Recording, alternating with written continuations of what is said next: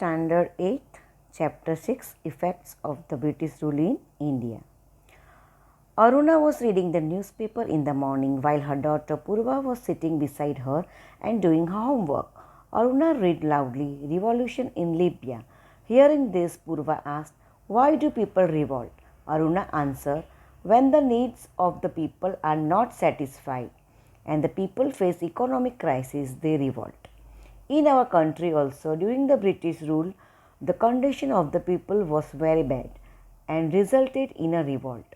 Let me tell you about the life of the Indians at that time." Aruna जब newspaper पढ़ रही थी तो उसकी डॉटर पूर्वा, उसने अरुणा से पूछा कि रिवॉल्यूशन इन लीबिया।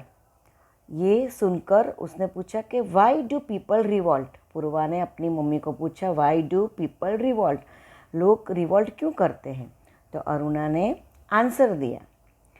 उसने कहा, जब लोगों की बेसिक नीड्स, ज़रूरत सेटिस्फाइड नहीं होती, नीड्स दबाई जा रही होती है गवर्नमेंट से, या फिर इकोनॉमिक यानी पैसे से बहुत ज़्यादा नुकसान होता है, फिर वो रिवॉल्ट यानी बगावत करते हैं। जैसे कि कॉटन के कपड़े बनाने वाले हो, मिट्टी के बर्तन बनाने वाले हो, आर्टिस्ट जो थे, क्राफ्ट पर्सन थे, उन लोगों को रोज़गार ब्रिटिशर ने बंद कर दिया। इंडिया के गुड्स पे सामान पर टैक्स लगा दिया था और ब्रिटिशर के गुड्स पर टैक्स फ्री कर दिया था।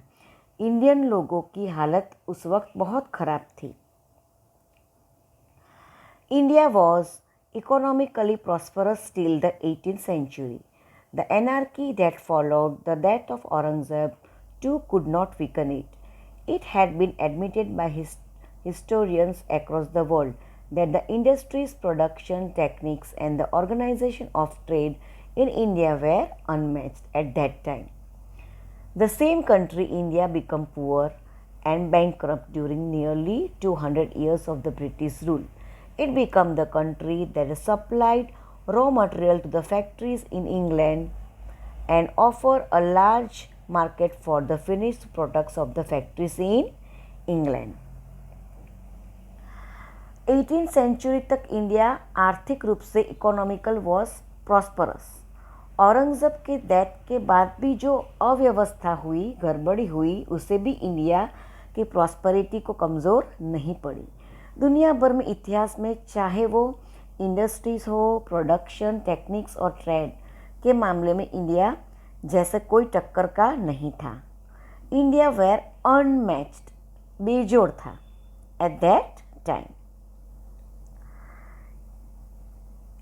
और हमारी जो कंट्री गरीब हो गई, बैंकरप्ट हो गई, दिवालिया हो गए। 20 ईयर्स ब्रिटिश रूल रहा। इसी वजह से इंडिया से रॉ मटेरियल्स इंग्लैंड में जाता था और इंग्लैंड बहुत बड़ा मार्केट बन गया था।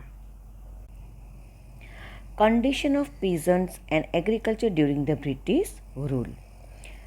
The British got a new opportunity to increase their income after the acquisition of the Diwani rights to collect land revenue of Bengal, Bihar and Odisha.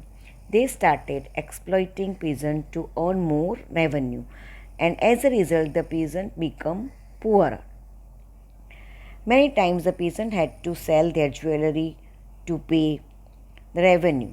A large number of peasants had to borrow money from the money lender, and consequently fell into a debt trap. Farmers lost their land, and agriculture suffered in many regions of India. Moreover, Bengal witnessed a terrible famine in the year 1770 CE, in which lakhs of people died of starvation. अब वहाँ की condition peasant की कैसी थी British rule के वक्त? तो britisher को एक हाथ में एक नया मौका आ गया था कि अपनी इनकम को और बढ़ाया जाए। दीवानी राइट्स यानी rights to collect land revenue, ऐसा कानून बना दिया कि आपको अगर यहाँ रहना है, खेती करनी है, तो ज़मीन पर टैक्स लगा दिया। गरीब किसानों को, फार्मर को मारते पीटते थे और कभी कभी टैक्स रेवेन्यू चुकाने के लिए किसानों को अपनी ज्वेलरी, गहने बेचने पड़ते थे या फिर गिरवी रखने पड़ते थे टैक्स चुकाने के लिए। और हमारे फार्मर्स मजदूर गरीब होने लगे। फार्मर्स को मनी लेंडर्स से पैसे उधार लेने पड़ते थे और वो फार्मर्स थे वो डेब्ट ट्रैप यानी उधार के जाल में, उसके चक्कर में फंस जाते थे। बहुत ज़्यादा इंटरेस्ट की वजह से फार्मर मनी लेंडर्स को उधार लिया होता है वो चुका नहीं पाते थे और मनी लेंडर्स फार्मर की लैंड, ज़मीन को हड़प लेते थे। 1770 CE में बारिश न होने से की वजह से लाखों लोग, पीपल डाइड ऑफ स्टारवेशन, भूख से मर गए थे। ब्रिटिश रूल के वक्त लोगों ने बहुत बुरे दिन देखे थे। Governor general Lord Cornwallis enforced Permanent Settlement Act in order to collect revenue.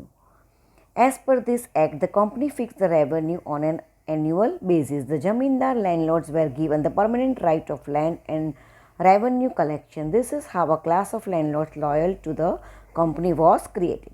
This act also ensured the income of the company against this. The peasant who worked hard in the hot sun to cultivate the land and grow crops were exploited. अब governor general Lord Cornwallis, उन्होंने permanent settlement act लागू कर दिया ताकि income को collect किया जा सके। नतीजा क्या हुआ कि कंपनी ने एक इनकम फिक्स कर दी। जमींदार लैंडलॉर्ड को अधिकार दे दिया कि तुम्हें ज़मीन पर रेवेन्यू को कलेक्ट करने का काम सौंप दिया। लैंडलॉर्ड की वो क्लास तैयार कर दी जो ब्रिटिशर के लिए लॉयल थी। इस एक्ट की वजह से कंपनी को भी इनकम पक्की हो गई। नतीजा क्या हुआ कि जो फार्मर्स थे, जो अनाज उगाते थे, ज़मीन में खेतीबाड़ी करते थे, जो कड़ी धूप में मेहनत कर रहे थे, उनका शोषण होने लगा। दे वर एक्सप्लॉइटेड।